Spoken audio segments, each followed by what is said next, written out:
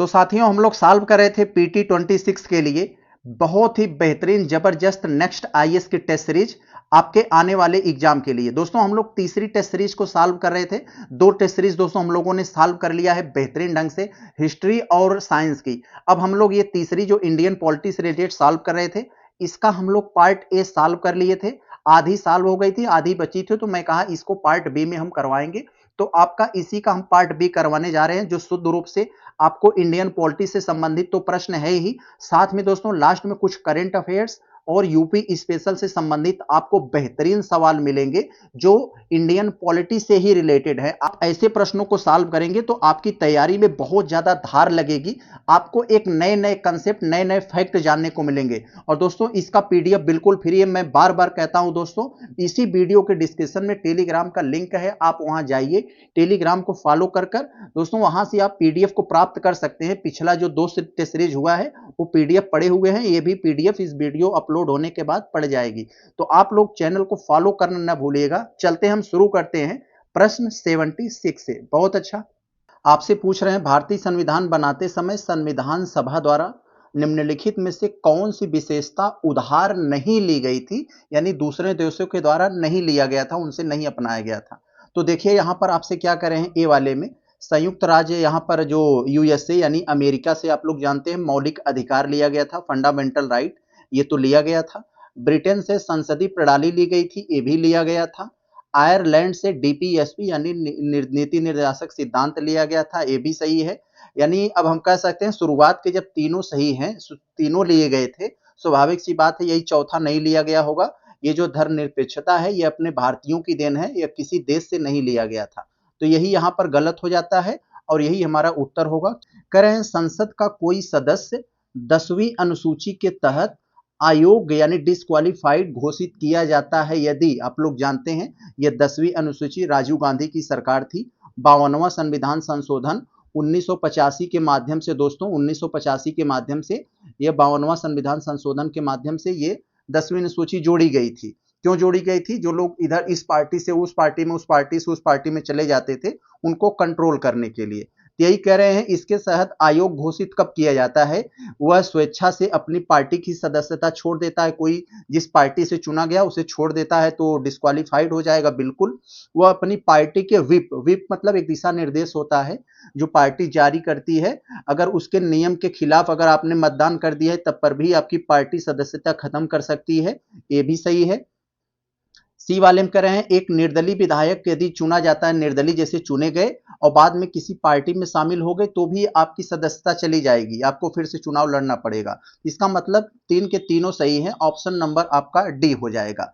ये 78 में देखने में तो बड़ा है, बड़ा ही इंटरेस्टिंग सवाल है दोस्तों, मजेदार है, यहाँ केजरीवाल से जुड़ा हुआ है। जरा हम लोग देखते हैं कैसे। लोकपाल और लोकायुक्त अधिनियम 2013, दोस्तों इसी लोकपाल की मांग करते हुए केजरीवाल अन्ना हजारे के साथ हाईलाइट हुए थे और बाद में इतनी ऊंचाई तक पहुंचे। दोस्तों ये जो लोकपाल होता है ये केंद्र में होता है और लोकायुक्त राज्य में होता है। तो ये क्या काम करते हैं दोस्तों? ये जो भ्रष्ट नेता होते हैं, भ्रष्ट अधिकारी होते हैं, उनके खिलाफ जांच कर सकते हैं, उनके जो आरोप लगे उसकी जांच की मांग करते हैं। तो पहला वाला हम देखेंगे स्टेटमेंट, कर रहे हैं यह अधिनियम लोकपाल को कुछ हद तक सुरक्षा उपायों के तहत प्रधानमंत्री के खिलाफ शिकायत की जांच करने की अनुमति देता है, बिल्कुल देता है, प्रधानमंत्री के खिलाफ भी जांच हो सकती है, सही है। दूसरा वाले में कह रहे हैं सरकारी सहायता यानी कोई एनजीओ, यहां लिखा है ना गैर सरकारी संगठन, इसका मतलब एनजीओ, कोई एनजीओ है और वह सरकार से 10 लाख से अधिक सहायता प्राप्त राशि लेता है तो वो भी इस जांच के यानी लोकपाल के जांच के दायरे में आ जाएगा, तो ये भी सही है यहां पर। तीसरे वाले में कह रहे हैं लोकपाल का अध्यक्ष भारत का सेवानिवृत्त मुख्य न्यायाधीश होना चाहिए। तो दोस्तों ये बात यहां पर गलत हो जाती है, ऐसा नहीं है सिर्फ सेवानिवृत्त न्यायाधीश होना चाहिए, ये भी हो सकता है और दूसरा भी हो सकता है इस तरह की योग्यता रखने वाला। तो दोस्तों ये वाला तो यहां पर गलत हो गया, अब तीसरा गलत हो गया, तो जहां 3-3 है आप काट सकते हैं। और चौथा वाले में करें लोकपाल की रिपोर्ट कार्यपालिका पर बाध्यकारी होती है, तो नहीं दोस्तों बाध्यकारी नहीं होती है, सलाहकारी होती है। आप लोग देखोगे जितनी भी संस्थाएं जैसे मानवाधिकार आयोग, महिला आयोग, ऐसे तमाम जो आयोग हैं जैसे यूपीएससी, ये लोग अपना जो रिपोर्ट देती है तो इनकी रिपोर्ट सलाहकारी होती है, बाध्यकारी नहीं होती है ज्यादातर, तो ये भी गलत हो गया। 3 और 4 गलत हो जाएंगे। कौन आपका सही हुआ, तो यहाँ सही पूछ रहे हैं, तो सही केवल 1 और 2 हुआ। आगे दोस्तों हम लोग देखते हैं। दोस्तों जरा सा भी वीडियो अगर पसंद आ रहा हो तो वीडियो को लाइक करके आप चैनल को सब्सक्राइब कर देंगे, क्योंकि दोस्तों अभी कोई इनकम आती नहीं है। हम अगर चैनल चलाना, इस समय बड़ा दिक्कत हो रहा है चैनल को चलाने में, तो आपसे यही कहते हैं कि हमें, अभी ब्रांडिंग वगैरह की बात कर रहा था लोगों से मैं, तो लोगों का कहना था कि कम से कम 25,000 सब्सक्राइबर होने चाहिए। तो आपसे उम्मीद करते हैं कि आप हमारे इस टारगेट को पूरा करेंगे, क्योंकि दोस्तों इस समय चैनल को चलाना बहुत मुश्किल हो रहा है, क्योंकि यूट्यूब से अभी तो कुछ आ नहीं रहा है। तो ब्रांडिंग की अगर बात करते हैं तो उनका ये लक्ष्य होता है, तो आपको ये पूरा करने पड़ेगा, क्योंकि आपसे हम कुछ ले नहीं रहे हैं, तो कम से कम आप इतना मेरी मदद जरूर करें। तो यहाँ पर दोस्तों हम लोग देख लेते हैं क्वेश्चन 79। इसमें कह रहे हैं कौन सा भारत के महान्यायवादी पर लागू नहीं होता है। महान्यायवादी आप लोग जानते हैं, ये केंद्र सरकार का वकील होता है, आप लोग जानते हैं इसके बारे में। तो ये इसकी बात दोस्तों ये अनुच्छेद 76 में दिया गया है, क्योंकि इसका आर्टिकल पूछा गया है कई बार। तो ये ऑप्शन 1 में कह रहे हैं यहाँ, मतलब कहाँ पर ये लागू नहीं होता है, महान्यायवादी पर लागू नहीं होता है। क्या लागू नहीं होता है देखें। वह संसदीय समिति का सदस्य हो सकता है, बिल्कुल हो सकता है। पद पर बने रहते हुए वह निजी कानून की प्रैक्टिस नहीं कर सकता। नहीं मेरे भाई, कर सकता है, क्योंकि वह सरकारी सेवक में नहीं आता है, तो यहाँ पर वह प्रैक्टिस कर सकता है, निजी प्रैक्टिस। तो यही आपका ऑप्शन नंबर बी गलत हो जाएगा। इसका मतलब ये लास्ट के दोनों सही हैं। ये कानूनी मामलों में केंद्र सरकार को सलाह देता है, क्योंकि वह स्वाभाविक सी बात है कि महान्यायवादी केंद्र सरकार का वकील होता है और महाधिवक्ता राज्य सरकार का वकील होता है। आप लोग समझ रहे होंगे। इसकी सुप्रीम कोर्ट के मुख्य न्यायाधीश जैसी योग्यता होती है। हाई कोर्ट में भारत सरकार की ओर से पेश होता है, सुप्रीम कोर्ट और हाई कोर्ट में। तो सब सही है, बी गड़बड़ था यहाँ 79 में। आगे दोस्तों हम लोग चलते हैं। देखें, अगर ये प्रश्न संख्या 80 में जो आपसे पूछा जा रहा है, इसमें कह रहे हैं कि सर्वोच्च न्यायालय और उच्च न्यायालय यानी सुप्रीम कोर्ट और हाई कोर्ट के रिट क्षेत्राधिकार के संदर्भ में कौन सा सही है। तो जो लोग दोस्तों आप लोग जानते हैं, ये सुप्रीम कोर्ट भी, यानी किसी के फंडामेंटल राइट्स का अगर उल्लंघन हुआ है तो सीधे सुप्रीम कोर्ट जा सकता है। सुप्रीम कोर्ट ये मौलिक अधिकारों से संबंधित दोस्तों ये रिट जारी करती है, और हाई कोर्ट जो होता है दोस्तों, ये मौलिक अधिकारों के साथ साथ अन्य कानूनी अधिकारों का रिट जारी करती है। तो इसका मतलब हाई कोर्ट का क्षेत्राधिकार सुप्रीम कोर्ट से ज्यादा है। तो इसी से संबंधित बात कर रहे हैं यहाँ, कौन सा सही है। तो सर्वोच्च न्यायालय केवल मौलिक अधिकारों के प्रवर्तन के लिए रिट जारी कर सकता है, बिल्कुल सही, वही मैंने बताया। और जबकि हाई कोर्ट्स मौलिक अधिकारों के साथ साथ अन्य अधिकारों का, कानूनी अधिकारों का रिट जारी करता है। तो यहाँ हमको सही बताना है, यानी पहला वाला होगा हमारा सही। दूसरे में कह रहे हैं कि उच्च न्यायालय यानी हाई कोर्ट कानूनी अधिकारों के उल्लंघन के लिए भी रिट जारी कर सकते हैं, वही मैंने बात बताया। इसीलिए हाई कोर्ट का क्षेत्राधिकार सुप्रीम कोर्ट से ज्यादा होता है, तो ये भी सही है आपका। तीसरे वाले में कह रहे हैं उच्च न्यायालय यानी हाई कोर्ट का रिट क्षेत्राधिकार सर्वोच्च न्यायालय की तुलना में संकीर्ण है। तो यही बात दोस्तों यहाँ गलत हो जाती है। अभी मैंने बताया उच्च न्यायालय का रिट क्षेत्राधिकार सुप्रीम कोर्ट की तुलना में ब्रॉड है, यानी विस्तृत है, संकीर्ण थोड़ी ना है। तो ये तीसरा वाला आपका गलत हो जाएगा। आपका जो आंसर होगा दोस्तों, ये 1 और 2 केवल हो जाएगा, ऑप्शन डी। बहुत अच्छा, आगे चले दोस्तों हम लोग देखते हैं। दोस्तों उम्मीद करते हैं कि आप हमारे इस टारगेट को पूरा कर देंगे प्लीज, क्योंकि दोस्तों इस समय चैनल को चलाना बहुत मुश्किल हो रहा है, चल नहीं पा रहा है। तो आप इतना कर देंगे तो हमें थोड़ा बहुत बाहर से इनकम होने लगेगी। आगे दोस्तों हम लोग देखते हैं यहाँ ये 81 वाले में यहाँ क्या कह रहे हैं, निम्नलिखित में से कौन सा राष्ट्रीय मानवाधिकार आयोग राष्ट्रीय मानवाधिकार आयोग के अधिकार क्षेत्र में नहीं आता है। तो राष्ट्रीय मानवाधिकार क्षेत्र में कौन कौन सा नहीं आता है, हम लोग देखिए जरा। हिरासत में हुई मौतों की स्वप्रेरणा से जांच कर सकते हैं, बिल्कुल कर सकते हैं, ये तो आता है। दोषी अधिकारों को दंडित करने के लिए बाध्यकारी आदेश, तो यही मैंने अभी बताया, इन सब का जो आदेश होता है, रिपोर्ट होता है, वो सलाहकारी होता है, बाध्यकारी नहीं होते हैं। तो ये सब थोड़ा सा ध्यान देंगे। यही सब छोटे छोटे जो मिर्च होते हैं आपको परीक्षा में थोड़ा नुकसान पहुंचा देते हैं, क्योंकि वहां जल्दबाजी में हम लोग ऐसी चीजों को इग्नोर कर देते हैं। तो यहाँ पर ये आपका ऑप्शन नंबर बी हो जाएगा, यही सही है, क्योंकि कह रहे हैं कौन सा नहीं आता। तो हमें यहाँ पर 100% क्लियर है कि ये सलाहकारी होती है। आगे दोस्तों जो दिया होगा यहाँ क्या है कि मानवाधिकार के लिए संवैधानिक सुरक्षा उपायों की समीक्षा, यस। हिरासत केंद्रों का दौरा करना और सिफारिशें प्रस्तुत करना, सब सही हो जाएंगे, वही गड़बड़ था। 82 में दोस्तों आपसे पूछ रहे हैं, बढ़िया सा सवाल है, अनुच्छेद 110 आप लोग समझ गए होंगे, ये धन विधेयक से संबंधित सवाल है। ये अनुच्छेद 110 के संदर्भ में निम्नलिखित में से किसे किसे धन विधेयक में शामिल नहीं किया जाता है। तो धन विधेयक हमें जानते हैं दोस्तों, जब बड़ी मात्रा में सरकारी पैसे का लेन देन होता है, इधर उधार देना उधार लेना, ऐसे मामले जो होते हैं वो अनुच्छेद 110 में रखे जाते हैं। तो वो अनुच्छेद, जो विषय अनुच्छेद 110 से संबंधित होता है वो धन विधेयक होता है। तो कौन सा धन विधेयक से संबंधित नहीं है उसे हमें बताना है। जुर्माना या अन्य आर्थिक दंड लगाना, तो यस, ये जुर्माना या आर्थिक दंड दोस्तों ये तो छोटे मोटी चीज हैं, ये धन विधेयक में नहीं आएंगे और यही हमारा आंसर हो जाएगा ऑप्शन नंबर ए। बाकी ये समेकित निधि से धन का विनियोजन करना बड़े मामले हैं। भारत की जो आकस्मिकता निधि से की अभिरक्षा, ये भी धन विधेयक से संबंधित है। और समेकित निधि पर लगाए जाने वाले किसी व्यय की घोषणा, सब दोस्तों धन विधेयक से संबंधित है, केवल ए नहीं था। आगे दोस्तों अगर हम लोग यहाँ 83 वाले को देखते हैं, जरा ध्यान से देखिएगा। ये अंतरराज्यीय परिषद से संबंधित सवाल पूछ रहे हैं जो अनुच्छेद 263 से संबंधित है। कह रहे हैं इस पर कथन पर विचार करके बताइए आखिर सही क्या है। हम लोग यहाँ पहले वाले स्टेटमेंट को देखें तो थोड़ा ध्यान देंगे। कह रहे हैं कि यह एक अस्थाई संवैधानिक निकाय है। तो मेरे भाई, जिसकी संविधान में चर्चा की गई हो, जिसका अनुच्छेद हो, तो संविधान में जिसकी बात की गई हो तो संवैधानिक निकाय होगा ही, लेकिन यह अस्थाई नहीं है। तो यहाँ पर ये वाला आपका गलत हो जाता है, ये अस्थाई निकाय है। इसकी स्थापना सरकारिया आयोग की सिफारिशों के अनुसरण में की गई थी, बिल्कुल। अब कह रहे हैं यदि सार्वजनिक हित में यह आवश्यक प्रतीत होता है तो राष्ट्रपति द्वारा इसकी स्थापना की जाती है, इसीलिए अस्थाई है, अनटेम्परेरी है ये। तो यहाँ पर ये 2 और 3 सही हो जाएंगे, आपका सही कह रहे हैं, तो ऑप्शन नंबर आपका बी हो जाएगा। 83 के यहाँ आपका कौन होगा, बी हो जाएगा। आगे चले दोस्तों, हम लोग अगर ये 84 वाले में देखें तो यहाँ आपसे कह रहे हैं कि अनुच्छेद 252 के तहत जो राष्ट्रीय आपातकाल के दौरान निलंबित नहीं किया जाता है। तो दोस्तों आप लोग जानते हैं अ से आपातकाल, अ से 18, तो हमारे संविधान के 18वें भाग में आपातकाल से संबंधित प्रावधान दिए गए हैं, जो अनुच्छेद 352 से लेकर 360 तक हैं। तो इसी में दोस्तों अनुच्छेद 359 में आप देखोगे तो जिसमें कहा गया है कि आपातकाल, राष्ट्रीय काल के दौरान भी ये अनुच्छेद 20 और अनुच्छेद 21 सस्पेंड नहीं होंगे, ये लागू रहेंगे, क्योंकि दोस्तों व्यक्ति के लिए एक ये बहुत जरूरी होता है उसे जीने के लिए। अनुच्छेद 20 जो अपने आप को बचाव से संबंधित है, और अनुच्छेद 31 जो सम्मान के साथ, यानी उसकी जो एक तरह से पर्सनल लिबर्टी है उससे संबंधित है।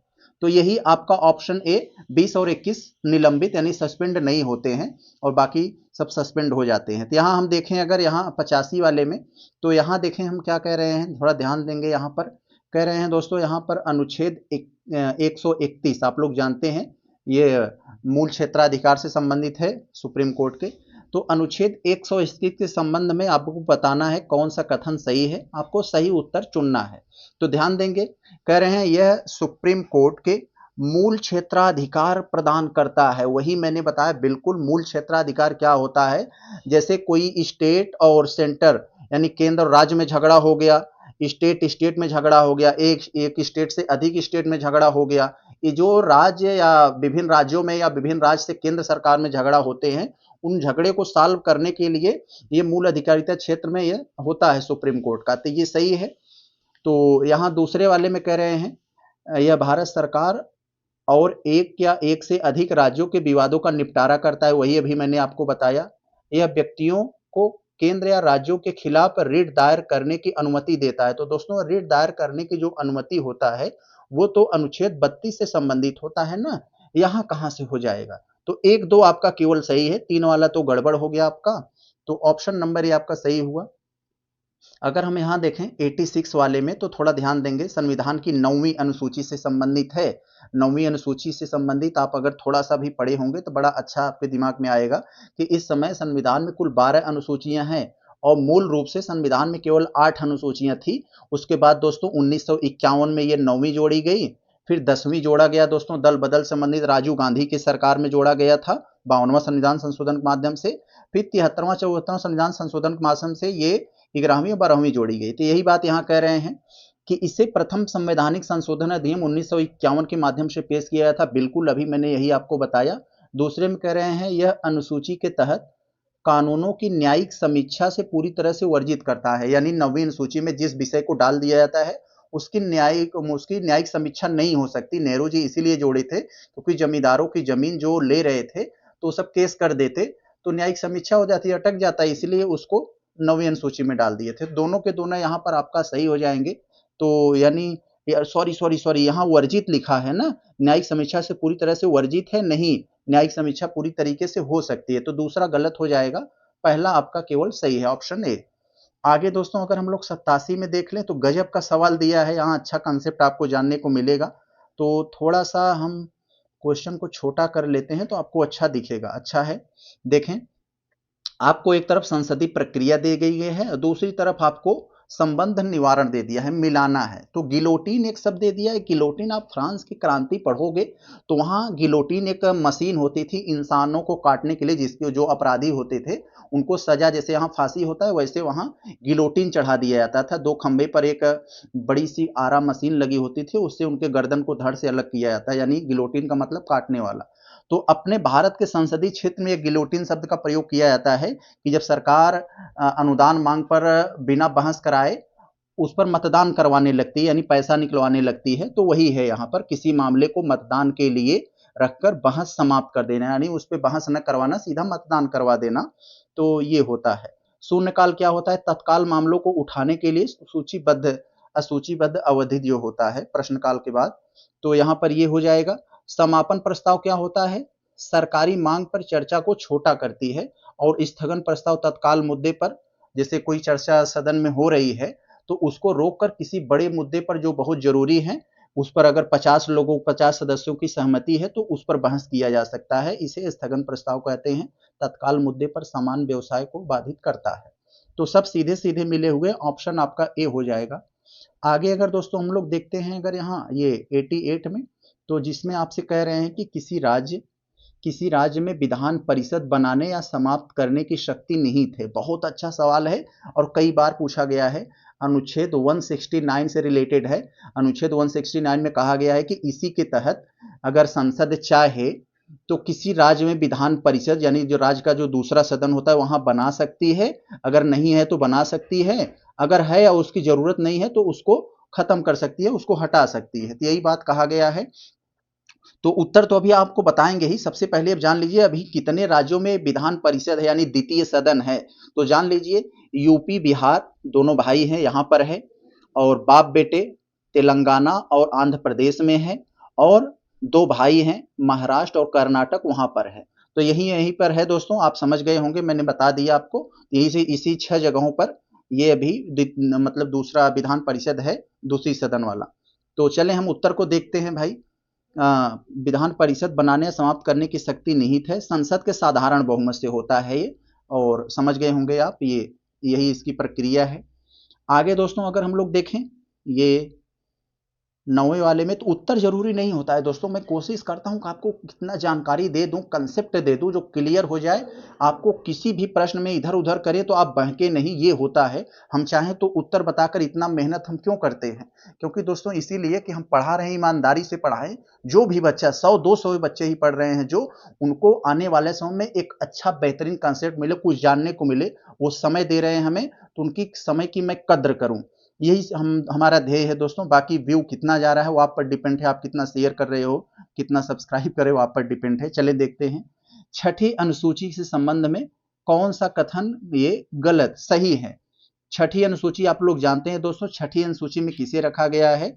ये असम, मेघालय, मिजोरम और त्रिपुरा, यही 4 राज्यों को रखा गया है। तो यहां कह रहे हैं असम, मेघालय, त्रिपुरा, मणिपुर। मणिपुर नहीं दोस्तों, मिजोरम है, तो ये गलत हो जाएगा। आदिवासी क्षेत्रों के प्रशासन संबंधित है, लेकिन इसमें मणिपुर नहीं है। दूसरे में कह रहे राज्यपाल के पास इन क्षेत्रों में संसद के किसी भी अधिनियम को संशोधित करने की शक्तियां हैं। तो बिल्कुल ये दूसरा वाला तो आपका यहां पर सही हो जाएगा। तो दूसरा वाला आपका यहां सही हो जाएगा। तो आपका सही क्या होगा आगे देख लेते हैं। 89 का आपका ये बी हो जाएगा, बी होना चाहिए, केवल 2, ऑप्शन नंबर बी हो जाएगा। बहुत अच्छा।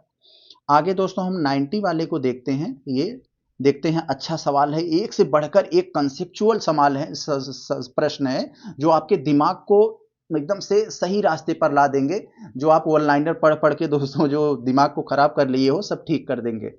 तो न्यायिक समीक्षा के संदर्भ में कथनों पर विचार कीजिए। न्यायिक समीक्षा क्या होता है दोस्तों? तो अभी आपको पता चल जाएगा। न्यायिक समीक्षा के संदर्भ में कथनों विचार करें और बताएं कि हमारा कौन सा सही है। तो न्यायिक समीक्षा जैसे कोई कानून बन गया, केंद्र सरकार ने बना दिया, वो कानून कितना सही है कितना गलत, अगर सुप्रीम कोर्ट या कोर्ट उसकी समीक्षा करती है, उसको गलत पाती है तो उसको हटा देगी, जो अनुच्छेद 13 में जिसकी बात किया गया, आप लोग समझ रहे होंगे। तो यह ब्रिटिश संविधान से उधार ली गई एक विशेषता है। ब्रिटिश संविधान से उधार ली गई विशेषता है तो नहीं दोस्तों, यह अमेरिका से लिया गया। अमेरिकन न्यायिक समीक्षा पहले अमेरिका में था, ये अमेरिका से ग्रहण किया गया है, ब्रिटिश संविधान से नहीं। तो ये गलत हो जाएगा, यानी ये गलत हुआ तो एक जहां है हम लोग उसे कट कर सकते हैं। दूसरे में कह रहे हैं यह न्यायपालिका को असंवैधानिक कानूनों को रद्द करने का अधिकार देता है। बिल्कुल यही अभी आपको मैंने बताया, और यही बात 13 में कहा गया है कि जो कानून मौलिक अधिकार का उल्लंघन करते हैं, सुप्रीम कोर्ट उसे निलंबित कर सकती है, उसको रद्द कर सकती है। तो यही बात सही है। तीसरे में कह रहे हैं इसका स्पष्ट रूप से अनुच्छेद 13 में उल्लेख है, वही मैं कभी से चिल्ला चिल्ला के बता रहा हूं। ऑप्शन नंबर बी आपका आंसर हो जाएगा। तो चले दोस्तों आगे देखते हैं। ये 91 में आपसे कह रहे हैं कथनों पर विचार करिए, विचार करके बताइए सही क्या है। तो चले देखें, हम स्टेटमेंट पे पढ़ें। भारत के संविधान में अनुच्छेद 352 में कैबिनेट शब्द का उल्लेख है। बिल्कुल है मेरे भाई, क्योंकि जब इंदिरा गांधी आपातकाल लगाई थी 1975 में, तो केवल उन्होंने राष्ट्रपति से कह दिया, राष्ट्रपति ने लगा दिया। फिर बाद में जनता पार्टी की सरकार है, उन्होंने कहा ऐसा नहीं होगा, कैबिनेट, पूरे कैबिनेट की अगर कहेंगे राष्ट्रपति से तब वो लगा सकते हैं। तो यहाँ पर ये कैबिनेट शब्द की चर्चा किया गया। कैबिनेट मतलब जो टॉप के लीडर होते हैं वो, तो जानते हैं सबसे टॉप के लीडर कैबिनेट मंत्री होते हैं, फिर राज्य मंत्री, फिर उप मंत्री होते हैं। तो यहां देखें अनुच्छेद 74 में मंत्री परिषद शब्द आता है, बिल्कुल आता है। अनुच्छेद 74 में कहा गया है कि मंत्री परिषद होगी जिसका नेतृत्व प्रधानमंत्री करेंगे और मंत्री परिषद के सलाह के अनुसार राष्ट्रपति कार्य करेंगे। तो बिल्कुल है। तो यहाँ पर ये वाला है दोस्तों, दोनों के दोनों 91 में हमारे सही हो जाएंगे। ऑप्शन नंबर सी हो जाएगा हमारा। आगे हम जरा देख लें 92 में दोस्तों क्या कह रहे हैं आपसे, कह रहे हैं कि अनुच्छेद 12 के तहत राज्य की परिभाषा में कौन सा शामिल है। अनुच्छेद 12 आपको राज्य के बारे में बताता है। राज्य के बारे में दोस्तों क्या होते हैं, जो सरकार होते हैं या जो सरकार के मतलब आदेश पर काम करते हैं, वही जैसे संसद, राज्य विधानमंडल, स्थानीय प्राधिकरण हो गया और सरकारी सहायता प्राप्त स्कूल हो गए, ये सब राज्य में आते हैं दोस्तों। राज्य की परिभाषा में ये सब आते हैं। तो ऑप्शन नंबर आपका डी हो जाएगा यहाँ पर। अच्छा है, आगे देखते हैं दोस्तों 93 में हम, तो हमें कह रहे हैं कि कथनों पर विचार कर लीजिए, विचार करके बताइए सही क्या है। तो पहला कथन हमें दिए हैं कि संविधान लोकसभा के उपाध्यक्ष के चुनाव की प्रक्रिया को परिभाषित नहीं करता है। तो बिल्कुल नहीं करता है। संविधान में दोस्तों सिर्फ इतना बताया गया है कि अध्यक्ष उपाध्यक्ष का चुनाव आपस में कर लेंगे, लेकिन उनकी प्रक्रिया के बारे में नहीं बताया है। और एक बड़ी बात है दोस्तों, ये मोदी सरकार 2019 के बाद से ये उपाध्यक्ष को नहीं बना रही है। क्यों नहीं बना रही है? क्योंकि ये उपाध्यक्ष परंपरा है कि ये विपक्ष से बनाया जाएगा, तो विपक्ष को कोई ये पद देना नहीं चाहते हैं। 2019 से अब तक ये उपाध्यक्ष का पद खाली है, अध्यक्ष तो ओम बिरला ही है। तो समझ रहे होंगे आप। यहाँ पर दोस्तों ये तो हुआ सही है। अब पहला वाला 93 का पहला वाला तो हमारा यहाँ पर सही हो गया। अब हम लोग देख लेते हैं आगे कौन सा है। उपाध्यक्ष को एक पत्र प्रस्तुत करके इस्तीफा दे सकते हैं। तो दोस्तों यहाँ पर हमारा दोनों को यस सही है, उपाध्यक्ष एक पत्र के माध्यम से इस्तीफा दे सकते हैं। तो सी हो जाएगा आपका। दोस्तों अब हम देखते हैं ये प्रश्न संख्या 94, बेहतरीन प्रश्न है। यहाँ आपको एक अच्छा सा कंसेप्ट जानने को मिलेगा कि सहकारी समितियों के बारे में आपको कुछ स्टेटमेंट दिए हैं, बताना है कि सही क्या है। तो चले हम लोग देखते हैं सही क्या है। थोड़ा सा आपको मैं बता दूं ये सहकारी समितियों के बारे में। दोस्तों आप लोग जानते हैं संविधान में भाग 9 जोड़ा गया था जो पंचायतों से रिलेटेड था। 9A जोड़ा गया था दोस्तों। 9A जो जोड़ा गया था वो शहरी निकायों से संबंधित था। ये शहरी निकायों से संबंधित था, यहाँ हम शहर लिख दे रहे हैं। और दोस्तों 9B जो जोड़ा गया था, और 9B जो था ये सहकारी समितियों से संबंधित था। तो इतना तो आप जानते हैं, यही बात कर रहे हैं। और ये जो जोड़ा गया था ये 97वां संविधान संशोधन के माध्यम से जोड़ा गया था। तो यहाँ कह रहे हैं 96वां संविधान संशोधन के माध्यम से भाग 9B जोड़ा गया। तो भाग 9B जोड़ा गया था, लेकिन 97वां संविधान संशोधन के माध्यम से जोड़ा गया था, जो कि आपका एक गलत हो जाएगा। अगर यहीं पर आप दूसरा वाला स्टेटमेंट देखेंगे तो कह रहे हैं कि सरकारी समितियां समवर्ती सूची के अंतर्गत एक विषय है। नहीं मेरे भाई, ये राज्य सूची के विषय पर आती है। आप लोग जानते हैं 7वीं अनुसूची में तीन है, केंद्र सूची, राज्य सूची, समवर्ती सूची। तो आप समझ रहे होंगे इस पर। तो ये समवर्ती सूची नहीं, राज्य सूची भी से संबंधित है, दूसरा वाला गलत हो जाएगा। तो दोस्तों यहाँ पर आपके तो पहला गलत था ही, पहला गलत था ही, यहाँ पर दूसरा भी गलत हो गया। तो इसका मतलब ऑप्शन सी बचा। तीसरा को बिना पढ़े हम कह सकते हैं यही सही है। क्योंकि दोस्तों तीसरे में क्यों ये सही है, सहकारी समितियों के गठन का क्षेत्राधिकार अनुच्छेद 19 के तहत एक मौलिक अधिकार है। बिल्कुल है, अनुच्छेद 19 का एक का जो तीसरा वाला भाग है दोस्तों, सब क्लॉज तीसरा जो आप देखोगे तो उसमें जैसे है, पहले में है ना कि अब व्यक्ति का अधिकार, दूसरे में है कि कहीं आने जाने, तीसरे में है कि समिति संगठन बनाना। तो यही बात वहां पर मिल जाएगा आपको। ऑप्शन सी आपका सही होगा यहाँ। तो कह रहे हैं कि दोस्तों यहाँ पर जन प्रतिनिधित्व अधिनियम 1951 के तहत संसद सदस्य की अयोग्यता का आधार यानी डिस्क्वालिफिकेशन का आधार नहीं है। तो कौन सा नहीं है, इसे आपको देखना होगा कि चुनाव के दौरान भ्रष्ट आचरण, ये तो है दोस्तों। जनप्रतिनिधित्व अधिनियम 1951 के तहत संसद सदस्य की डिस्क्वालिफिकेशन का आधार, चुनाव में आप भ्रष्ट आचरण करोगे तो हो जाओगे। सरकार के अधीन लाभ का पद धारण करना, दोस्तों ये जनप्रतिनिधित्व अधिनियम 1951 के तहत ये नहीं होता है दोस्तों। इसको आप थोड़ा सा यहाँ पर जान लेंगे तो आपको काम देगा। यहाँ पर ये इसके तहत नहीं होता है, यह एक दूसरा मामला हो जाता है। अब यहाँ पर कह रहे हैं कुछ अपराधों के लिए दोष सिद्धि, यस ये बिल्कुल है। और स्वेच्छा से किसी विदेशी राज्य की नागरिकता प्राप्त करना, ये भी दोस्तों ये अयोग्यता का आधार बन जाता है। तो यहाँ पर ये ऑप्शन बी आपके ये रिप्रेजेंटेटिव अधिनियम के नहीं अंतर्गत नहीं आता। ऑप्शन बी आपका यहाँ पर उत्तर हो जाएगा। क्योंकि दोस्तों ये जो लाभ के अधीन वाला पद है, ये अनुच्छेद 102 के तहत ये इसका निपटारा किया जाता है। यह जनप्रतिनिधित्व अधिनियम 1951 के तहत नहीं होता है। तो समझ गए होंगे आप। आगे देख लें दोस्तों 96 वाले में, ये मिलान से संबंधित है और बड़े ही अच्छे से हम लोग मिलाएंगे। तो ये आपका ऑप्शन तो अगले पेज पर चला गया है। यहाँ पर एक तरफ संशोधन, दूसरी तरफ किए गए प्रावधान। तो दोस्तों हम लोग जो अच्छे से जानते हैं उसी के पास पहले चलते हैं भाई। क्या है, 52वां संविधान संशोधन के माध्यम से जानते हैं 10वीं अनुसूची जोड़ी गई थी दल बदल संबंधित राजीव गांधी की सरकार में। तो यही है, दल बदल विरोधी प्रावधान जोड़े गए थे 1985 में। 52वां संविधान संशोधन ये तो यहाँ चला आएगा। और यहाँ दोस्तों आप लोग जानते हैं 42वां संविधान संशोधन के माध्यम से स्वर्ण सिंह समिति के सिफारिश पर मौलिक कर्तव्य जोड़े गए थे, ये भाग 4A में, समझ गए होंगे आप। 44वां संविधान संशोधन दोस्तों ये क्या कह दिया, राष्ट्रपति को मंत्रिमंडल की सलाह के लिए बाध्य किया गया, यस ये हो जाएगा। और ये एक बचा है, ये यहाँ पर हो जाएगा। तो यहाँ पर दोस्तों आपका जो होना चाहिए, ए वाला 3 पर, बी वाला 1 पर। तो ए वाला 3 पर, बी वाला A3 B1, यहाँ पर दोस्तों ये गलत दे दिया है। अब दोस्तों हम लोग देखते हैं प्रश्न संख्या ये 97 में, जिसमें आपसे कह रहे हैं संविधान के अनुच्छेद 50 के संदर्भ में निम्नलिखित में से कौन सा उद्देश्य सबसे अच्छा वर्णन करता है। तो दोस्तों आप समझ गए होंगे डीपीएसपी में अनुच्छेद 50 है, यह कार्यपालिका को न्यायपालिका से अलगाव की बात करता है। अभी दोस्तों इसका पहला पार्ट टेस्ट सीरीज, इसी का पहला पार्ट अगर आप लोग पढ़े होंगे दोस्तों, उस पार्ट में हमने बताया था पृथककरण कहाँ कहाँ होता है। मैंने बहुत बेहतरीन से एक प्रश्न में बताया था, आप देखे होंगे तो आपको मालूम होगा। तो अनुच्छेद 50 यही कहता है कि राज्य की सार्वजनिक सेवाओं में न्यायपालिका को कार्यपालिका से अलग करने का जो प्रावधान है यही है। तो ऑप्शन नंबर आपका यहाँ पर बी हो जाएगा दोस्तों। यहाँ पर 97 में आपका यही बी होगा, ऑप्शन नंबर बी। आगे दोस्तों अगर हम देखें 98 में, यहाँ आपसे कह रहे हैं कि संविधान की अर्धसंघी प्रकृति। अर्धसंघी का क्या मतलब होता है, संघी दोस्तों क्या होता है आप लोग जानते हैं, केंद्र और राज्य के बीच शक्तियों का स्पष्ट जहां बंटवारा होता है उसे संघी कहा जाता है। और जहां पूरी शक्तियां केंद्र के पास होती हैं उसे दोस्तों एकात्मक कहा जाता है। और जहां शक्तियां थोड़ी राज्य की होती हैं लेकिन केंद्र की ज्यादा हो जाती हैं तो उसे अर्धसंघी कहा जाता है। तो इसी में दोस्तों कह रहे हैं कि अर्धसंघी प्रकृति की विशेषताएं क्या है।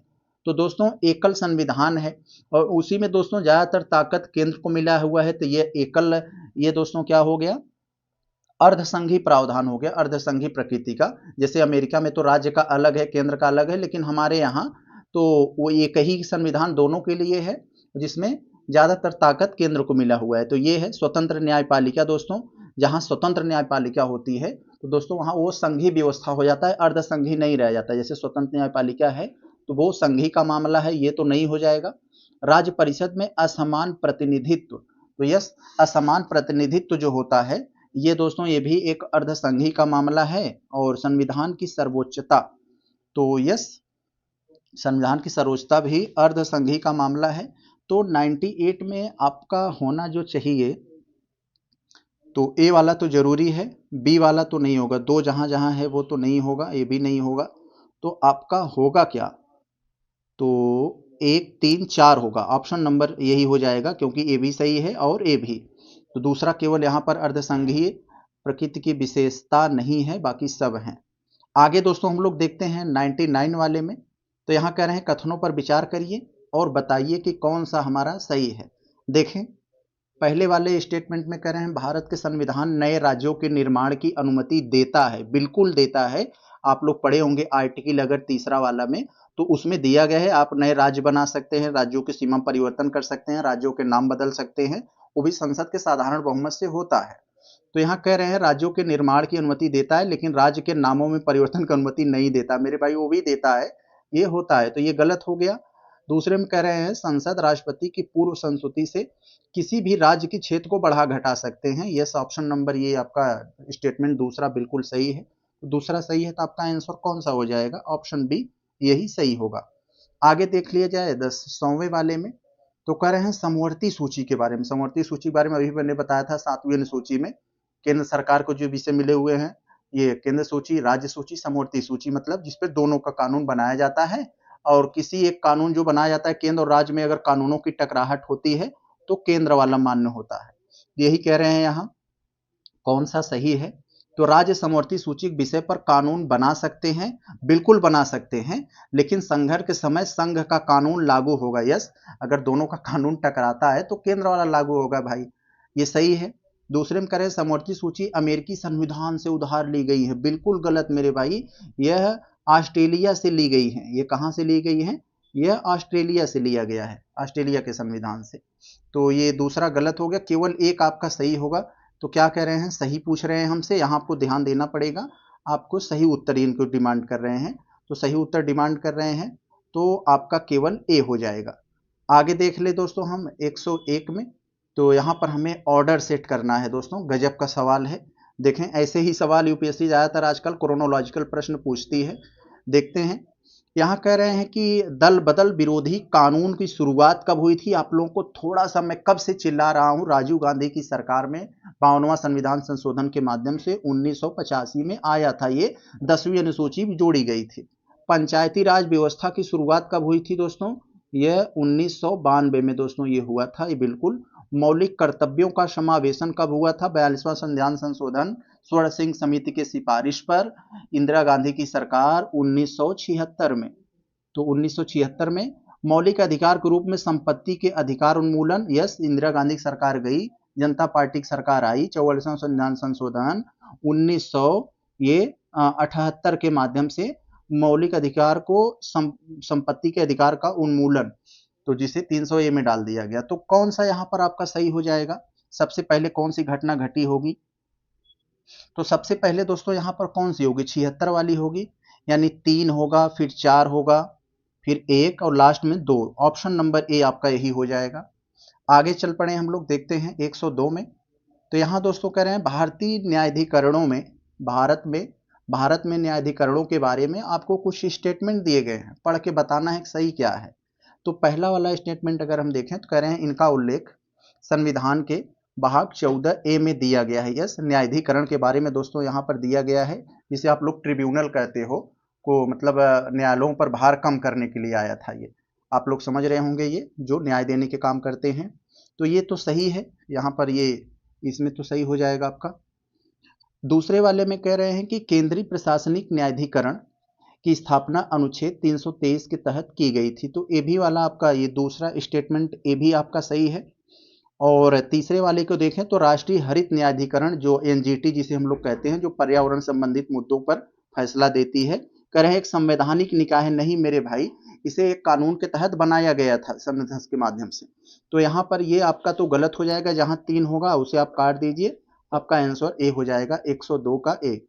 आगे देखें हम लोग दोस्तों 103 में यहाँ कह रहे हैं आपसे, थोड़ा ध्यान देंगे, यहाँ पर कह रहे हैं कौन सा भारत के मूल संविधान यानी 1950 में जब संविधान लागू हुआ था तो उसी समय यानी मूल संविधान का हिस्सा है। तो जरा हम देखें गौर से कौन सा है। मौलिक कर्तव्य, मेरे भाई मौलिक कर्तव्य कब से मैं चिल्ला रहा हूं। इंदिरा गांधी ने 1976 में 42वां संविधान संशोधन के माध्यम से फंडामेंटल ड्यूटी को जोड़ा था स्वर्ण सिंह समिति के सिफारिश पर। तो ये तो आपका नहीं होगा, ये तो मूल संविधान का हिस्सा नहीं है। तो एक जहां होगा आप काट सकते हैं। उपराष्ट्रपति का कार्यालय, तो उपराष्ट्रपति का कार्यालय थोड़ा सा कंफ्यूजन है, तो एक सेकंड, कार्यालय के बारे में बात कर रहे हैं तो इसको हम देख लें। चौथे वाले को अभी एलिमिनेट कर देंगे, हो सकता है हो जाए। सार्वभौमिक मताधिकार आप लोग तो जानते हैं। सार्वभौमिक मताधिकार जब से संविधान लागू हुआ सभी को अधिकार मिला था, उस समय तो सभी को वोट देने का अधिकार था। तो ये चौथा होना चाहिए, यानी ऑप्शन में पहला नहीं होना चाहिए और चौथा होना चाहिए। तो आपका आंसर यही हो जाएगा। मैंने पकड़ लिया क्योंकि चौथा तो होना चाहिए, हमें ये क्लियर था। अब ये दो हमें नहीं क्लियर था, ये हमें नहीं आ रहा था, फिर भी हमने उत्तर निकाल लिया। अब हम इसे याद कर लेंगे कि भाई ये 2 और 4 हमारे ये बाद में जोड़े गए थे, मतलब पहले से है, बाकी ये दोनों बाद में जोड़े गए थे। तो समझ गए आप लोग, ऑप्शन बी आपका आंसर होगा। 2 और 4 ये मूल संविधान के हिस्सा हैं। आगे देखें दोस्तों हम 104 वाले में। यहाँ भी दोस्तों एक अच्छा सवाल है, थोड़ा सा आपको हिस्ट्री से, एक तरह के ये पॉलिटी और हिस्ट्री का मिक्सचर सवाल हो जाते हैं। ऐसे विचार करना है और बताना है कि भारतीय संविधान के प्रारूप समिति के सदस्य कौन थे जो ऊपर नाम दिए गए हैं। तो दोस्तों प्रारूप समिति की जो अध्यक्ष थे आप लोग जानते हैं, बाबा साहब अम्बेडकर, भीमराव अम्बेडकर साहब जो थे वो प्रारूप समिति के अध्यक्ष थे। इसमें कुल 7 सदस्य थे, 7 सदस्य थे दोस्तों, आप लोग जानते हैं। तो बी आर अम्बेडकर साहब हो गए, गोपाला स्वामी अयंकर हो गए, कृष्णा स्वामी अय्यर हो गए, के एम मुंशी हो गए। और दोस्तों 3 लोग और इसमें नाम थे। एक खेतान करके थे, उनकी मृत्यु हुई थी, तो कृष्णामाचारी थे, ऐसे करके और नाम है, आप लोग थोड़ा सा याद कर लेंगे, देख लेंगे। 7 लोग थे। तो ऑप्शन यहाँ पर जो दिए गए हैं नाम सभी हो जाएंगे, वो नाम सामने रहता तो याद आ जाता। तो यही है, 7 लोग थे, ऑप्शन नंबर सी हो जाएगा, दिए हुए सभी हैं। आगे दोस्तों हम लोग देखते हैं यहाँ 105 वाले में। 105 वाले में देखें अगर, तो जिसमें एक सेकंड सेट करें, अब देखते हैं। यहाँ दोस्तों कह रहे हैं कि ग्राम्य न्यायालय अधिनियम 2008, दोस्तों ग्राम्य न्यायालय अधिनियम 2008 के तहत ग्राम्य न्यायालय की स्थापना 2009 में किया गया था। तो ये ग्राम्य न्यायालय क्या होते हैं, एक तरह के मोबाइल न्यायालय होते हैं, जिसे हम लोग मोबाइल कोर्ट कहते हैं। मोबाइल कोर्ट क्या है, ये गांव में दोस्तों सरकार ने लक्ष्य रखा था कि गांव में जो छोटे मोटे विवाद होते हैं, जो फौजदारी के मामले में 2 साल से कम सजा होती है और दीवानी मामले होते हैं, उस पर फैसला सुनाना, अन्य कोर्ट पर बोझ कम करने के लिए सरकार ने लक्ष्य रखा है कि 5000 ग्राम्य न्यायालय बनाने का। और अभी तक दोस्तों 2024 का डाटा है, 313 ग्राम्य न्यायालय बने हुए हैं जो पूरे देश में काम कर रहे हैं। तो उत्तर प्रदेश में 91 लगभग हैं। तो ग्राम्य न्यायालय पर एक तरफ जगह जगह वो कैंप लगाकर न्याय देने का काम करते हैं। इतना मैं बता दिया, अब आगे चलते हैं। ग्राम्य न्यायालय सिविल और आपराधिक दोनों मामलों की सुनवाई करते हैं, लेकिन अपराध वाले में उसी पर सुनवाई कर सकते हैं जिस मामले की में सजा 2 साल से कम हो सकती है। तो यह सही है। ग्राम्य न्यायाधिकारी स्थानीय निकाय का अंशकालिक सदस्य होता है। मेरे भाई स्थानीय निकाय संबंधित नहीं होता है, यह हाई कोर्ट के आदेश पर ये सरकार के द्वारा नियुक्त एक न्याय अधिकारी होता है, वो होता है। यहाँ ग्राम्य न्याय निकाय कहाँ से आ गया, ये गलत हो जाएगा। दूसरा गलत है तो दूसरा हम काट दें, एक हमारा होना चाहिए उत्तर, तो एक होना चाहिए। ग्राम्य न्यायालयों से अपील सीधे उच्च न्यायालय में की जा सकती है। यस, आप ग्राम्य न्यायालय के माध्यम से सीधा हाई कोर्ट में अपना अपील कर सकते हैं, ये भी सही है। और इन न्यायालयों का उद्देश्य ग्रामीण क्षेत्रों में त्वरित यानी जल्दी से और सस्ता न्याय सुनिश्चित करना है, वही मैंने आपको बताया। तो 1, 3 और 4 हो जाएगा आपका आंसर डी। आगे देखें हम यहाँ 106 वाले में, तो थोड़ा सा हम यहाँ आपको दिखाते हैं स्क्रीन के माध्यम से। अनुच्छेद 233 के संदर्भ में कह रहे हैं जिला न्यायाधीशों के संबंध में। अभी तक तो ग्राम्य न्यायालय की बात चल रही थी, अब जिला न्यायाधीशों के बारे में बात चल रही है। तो अनुच्छेद 233 के माध्यम से जिला न्यायाधीशों में निम्नलिखित में से कौन सा कथन यहाँ पर सत्य है, इसके बारे में हमें बताना है। अब देखें जरा हम लोग यहाँ पर क्या क्या हमारा सही है। तो पहला वाला में देखें, उन्हें राज्य के राज्यपाल द्वारा नियुक्त किया जाता है। तो यस, इसमें हाई कोर्ट के, वही मैंने जैसे ग्राम वाले में था, तो यहाँ पर दोस्तों हाई कोर्ट के जो मुख्य न्यायाधीश होते हैं उनकी सलाह पर ये राज्यपाल इनको नियुक्त करते हैं, जिला न्यायाधीश को। ये बात तो सही है। दूसरे वाले में अगर बात की जाए तो कह रहे हैं उनकी नियुक्ति राज्य लोक सेवा आयोग के परामर्श से की जाती है। तो यहाँ राज्य लोक सेवा आयोग यूपीपीएससी कहाँ से आ गया यहाँ पर, ये तो नहीं होगा यहाँ पर, ये तो गलत हो जाएगा, ये तो इसका यहाँ रेलेवेंट नहीं है। तो यानी दूसरा जहाँ जहाँ है आप उसे काट सकते हैं, तो दूसरा आप काट सकते हैं, ये दूसरा है, ये दूसरा है, ये दूसरा है, तो ऑटोमेटिक आपका आंसर निकल के आ जाएगा ये इन दोनों को बिना पढ़े। तो अब हम कह सकते हैं कि यहाँ पर आपका तीसरा भी सही है और चौथा भी सही है, आप पढ़ लेंगे तो आपको ये याद कर लेंगे, यानी 1 3 4 आपका सही है। आगे दोस्तों हम लोग देखें अगर 107 वाले में, तो थोड़ा ध्यान देंगे, ऐसे ही आप थोड़ा सा जुगाड़ से सॉल्व करेंगे ना तो एक लिमिटेड जानकारी में भी आप अच्छे अच्छे प्रश्नों को क्रैक कर सकते हैं। यहां देखें, लोकसभा में सीटों की संख्या के संबंध में बात की जा रही है। लोकसभा में सीटों की संख्या कैसे निर्धारित होती है, जैसे ही कोई जनगणना होती है उसके बाद परिसीमन किया जाता है, चुनाव आयोग का भी हेल्प लिया जाता है और तय किया जाता है। आपको बता दें कि पहले जब जब जनगणना होती थी आज़ादी के बाद से लेकर 1971 तक, तब तक दोस्तों इसका परिसीमन किया जाता था, जितनी जनसंख्या बढ़ती थी उसके आधार पर सीट बढ़ाया जाता था। लेकिन देखा गया साउथ वाले विरोध करने लगे, वो कहे भाई नॉर्थ में जनसंख्या बढ़ रही है, आपके नॉर्थ में सांसद विधायक बढ़ रहे हैं, हमारा क्या होगा, क्योंकि हम लोग जनसंख्या नहीं बढ़ा रहे हैं तो क्या हमारे सांसद विधायक नहीं बढ़ेंगे। तो उसी समय रोक दिया गया कि भाई अब परिसीमन नहीं किया जाएगा, अब जो जनसंख्या बढ़ेगी उसे वही उतने ही सीटों में बांट दिया जाएगा। लेकिन दोस्तों 2002 में परिसीमन किया गया, लेकिन सीटों की संख्या नहीं बढ़ाई गई, उतना ही में बांट दिया गया। तो ये चीज आप याद रखे रहेंगे, अभी 2026 में परिसीमन होना है। आगे देखते हैं, यहाँ वर्तमान अधिकतम सीमा संविधान द्वारा तय की गई थी और कभी नहीं बदली गई। तो वर्तमान अधिकतम सीमा संविधान द्वारा तय की गई थी और कभी नहीं बदली, तो नहीं मेरे भाई, कई बार बदली गई है, ऐसा कहां बात है, तो ये गलत हो जाती है आपका, एक ये गलत हो जाएगा। तो कौन सा कथन सही पूछ रहे हैं ना, तो कई बार बदली गई है। बी में करें राज्यों की सीटों का आवंटन उनकी वर्तमान जनसंख्या के आधार पर होता है। तो दोस्तों इस समय कहां होता है, उनकी जनसंख्या के आधार पर कहां हो रहा है, परिसीमन बंद कर दिया गया है। अगर जनसंख्या के आधार पर होगा तो बहुत ज्यादा हो जाएगा नॉर्थ में, तो ये भी गलत है। सी वाले में कह रहे हैं जनगणना के बाद एससी एसटी के लिए आरक्षित सीटों की संख्या में संशोधन किया जाता है। तो दोस्तों ये भी यहाँ पर तो नहीं है, प्रत्येक जनगणना के बाद एससी एसटी के लिए आरक्षित सीटों की में संशोधन किया जाता है, तो ऐसा भी नहीं है, ये भी गलत है। केंद्र शासित, इसका मतलब शुरुआत के तीनों गड़बड़ हैं, तो चौथा ही सही होगा, क्योंकि केंद्र सरकार प्रदेशों के लिए लोकसभा सीटों की संख्या संसद द्वारा बदली जा सकती है। यस, ये यूटी की बात कर रहे हैं। आगे देखें अगर हम लोग 8वें वाले में, तो देखें यहाँ कह रहे हैं संविधान सभा के समक्ष उद्देश्य प्रस्ताव निम्नलिखित में से आधार बना। आप लोग जानते हैं 13 दिसंबर को नेहरू जी ने उद्देश्य प्रस्ताव पेश किया, वही आगे चलकर प्रस्तावना बना। तो जिसे ये उद्देश्य प्रस्ताव निम्नलिखित का आधार बना, तो संविधान की प्रस्तावना बना, ऑप्शन सी। ये 9 वाले में कह रहे हैं, थोड़ा ध्यान देंगे, कह रहे हैं भारत सरकार अधिनियम 1935 के बारे में।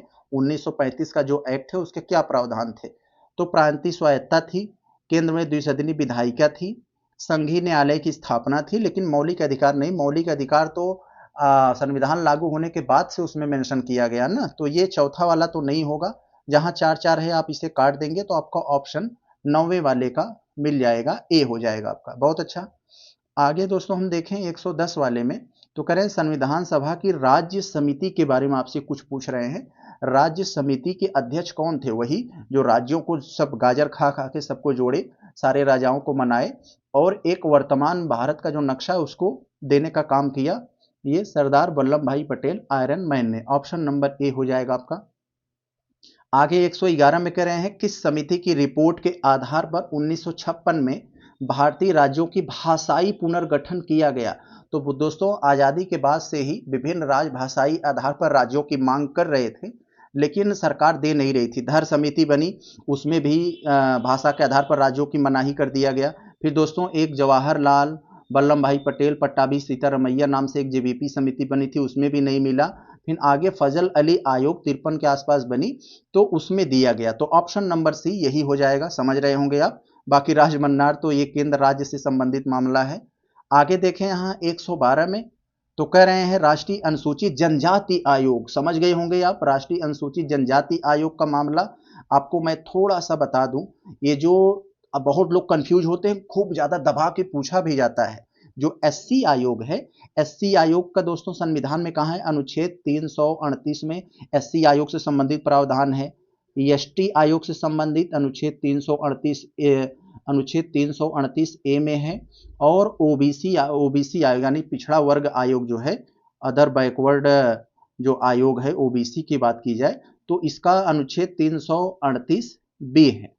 तो समझ गए होंगे आप, इसी संबंध है। 2003 में के अधिनियम से 2004 में इसे बनाया गया था एससी आयोग को। आगे देख लें क्या है, पहला वाला तुम्हारा सही निकल गया और यही है दोस्तों, यहां पर कह रहे हैं अनुच्छेद 338 ए के तहत संवैधानिक निकाय है। तो क्या था इसमें दोस्तों, ये अनुसूचित जनजाति, सॉरी यहाँ पर जनजाति है, तो जनजाति है तो 38 बी हो जाएगा यहाँ। यस, वो मैंने जो लिखा था वो बिल्कुल सही है, उसे आप डाउट ना होइए। तो यहाँ पर 38 ए के तहत संवैधानिक निकाय है, जो स्वाभाविक सी बात है, एक अनुच्छेद है, इसका मतलब संविधान में चर्चा है, इसका मतलब संवैधानिक निकाय है। संवैधानिक निकाय वही होते हैं जिसकी संविधान में चर्चा हुई रहती है। तीसरे वाले में कह रहे हैं राज्यों को बाध्यकारी निर्देश जारी कर सकता है। अभी मैंने बताया था शुरुआत में ही, ज्यादातर जो सभी संस्थाएं हैं उनका जो निर्देश होता है वो सलाहकारी होता है, बाध्यकारी नहीं। तो ये गलत हो जाएगा, 1-2 आपका सही हुआ, ऑप्शन बी। आगे देख ले दोस्तों 113 वाले में, अगर वीडियो को आप दोस्तों ईमानदारी से देख लिए, जितने भी मैं वीडियोस कराता हूं, आपके दोस्तों बहुत सारा कंसेप्ट क्लियर हो जाएगा, बहुत सारा भ्रम दूर हो जाएगा, बहुत सारा आपको फैक्ट याद हो जाएगा। तो लोकपाल के अध्यक्ष की बात कर रहे हैं, वही लोकपाल, आप अभी केजरीवाल वाला मैटर जो आपको बताया था। नियुक्ति राष्ट्रपति द्वारा एक चयन समिति की सिफारिश पर की जाती है, बिल्कुल की जाती है, जिसमें कौन कौन होते हैं? प्रधानमंत्री होता है, मुख्य न्यायाधीश होते हैं, लोकसभा अध्यक्ष होते हैं, लोकसभा विपक्ष के नेता होते हैं, लेकिन भारत के उपराष्ट्रपति नहीं होते हैं। तो 5 में नहीं होंगे, 1 से लेकर 4 तक होंगे, ऑप्शन ए होगा आपका। आगे देखें 111 में, तो 111 में आपसे कह रहे हैं कि संविधान के लागू होने के बाद अनुच्छेद 11 के तहत, आप लोग जानते हैं नागरिकता से संबंधित है, अनुच्छेद 11 तक नागरिकता के मामलों को रेगुलेट करने का अधिकार किसके पास है? तो दोस्तों ये संसद के पास है। संसद चाहे कि किसी की नागरिकता देनी है, किसी की खत्म करनी है और कैसे लागू करना है, ये सब मामला संघीय संसद, केंद्रीय संसद का मामला ये है। ऑप्शन नंबर बी हो जाएगा आपका। आगे देख लिया जाए 15 वाले में, तो इसमें क्या कह रहे हैं, ध्यान देंगे, कह रहे हैं संसदीय विशेषाधिकार के बारे में कुछ कथन दिए हैं, बताना है सही क्या है। संसदीय विशेषाधिकार वे अनुच्छेद 105 में संहिताबद्ध हैं और सूचीबद्ध हैं। तो दोस्तों ये सब जो छोटे छोटे टर्म्स आते हैं ना, बहुत खतरनाक होते हैं, इनको थोड़ा सा ध्यान में रखना पड़ेगा। ये गलत है, क्योंकि दोस्तों संसदीय विशेषाधिकारों को मान्यता जो देता है, लेकिन ये संहिताबद्ध नहीं होता है। संहिता मतलब एक कोड के बाहर में, ये संसदीय सम्मेलन के आधार पर विशेषाधिकार को मतलब किया जाता है, लेकिन ये सही सूचीबद्ध नहीं होते हैं, संहिताबद्ध। तो ये गलत हो जाएगा। ये दूसरे वाले में कह रहे हैं विशेषाधिकार के हनन के मामले में सदन ही एकमात्र न्यायाधीश है। तो दोस्तों विशेषाधिकार जैसे जानते हैं, बहुत सारे सांसदों, विधायकों, मंत्रियों को विशेषाधिकार मिलता है, उनके हनन के मामले में सदन एकमात्र वहां पर न्यायाधीश होता है। तो ये बात यहां पर दोस्तों आपकी सही हो जाती है, यस। तीसरे वाले की अगर बात करें तो संसद सदस्य द्वारा विशेषाधिकार हनन के मामले में नागरिक सीधे अदालत जा सकते हैं। तो संसद सदस्य द्वारा विशेषाधिकार के हनन, यानी उनका विशेषाधिकार का हनन होता है, तो वो जा सकते हैं अदालत। तो यहाँ पर दोस्तों ये भी गलत है दोस्तों। क्यों दोस्तों? क्योंकि न्यायालय आमतौर पर विशेषाधिकार के उल्लंघन से संबंधित मामलों पर विचार उचार नहीं करते हैं। तो ये भी दोस्तों हो जाता है, ऐसे करने लगे तो हर व्यक्ति चला जाए, भाई हमारा विशेषाधिकार, हमारे लिए रोड खाली नहीं किया गया, हमारे लिए लाल बत्ती नहीं लगाई गई, तो सब चले जाएंगे। तो केवल 2 आपका ऑप्शन नंबर ए सही हो जाएगा, 15 का ए। आगे दोस्तों अगर देख लिया जाए 16 वाले में, तो ये कथन कारण से रीजन पर संबंधित प्रश्न है। कथन है, कारण है, बताना है इसकी आपको सही क्या है। तो कह रहे हैं 73वां संविधान संशोधन, समझ गए होंगे, पंचायतों से रिलेटेड, पंचायतों को एक संवैधानिक दर्जा प्रदान किया गया था। 73वें संविधान संशोधन ने हर 5 साल में पंचायत का चुनाव करवाना अनिवार्य किया था। बिल्कुल दोस्तों ये कथन सही है, कुछ बताने की जरूरत नहीं है। और गांधी जी ने मांग जो किया था पंचायतों का, उसकी डीपीएसपी अनुच्छेद 40 में ग्राम पंचायतों की स्थापना को अनिवार्य बनाता है, ये भी सही है। लेकिन ग्राम पंचायतों, अनुच्छेद 40 के तहत ग्राम पंचायतों की स्थापना को अनिवार्य बनाता है। इसलिए नहीं बनाता कि 5 साल में ये चुनाव करवाना अनिवार्य है, तो इसका ये कनेक्शन नहीं बन रहा है। ये यहाँ पर ये एक दूसरे को एक्सप्लेन नहीं, यानी आर ए को एक्सप्लेन नहीं कर रहा है। तो आपका आंसर जो होना चाहिए ये ऑप्शन बी हो जाएगा। तो क्योंकि दोनों तो सही हैं, लेकिन ये जो ए है वो आर को स्पष्ट नहीं कर रहा है।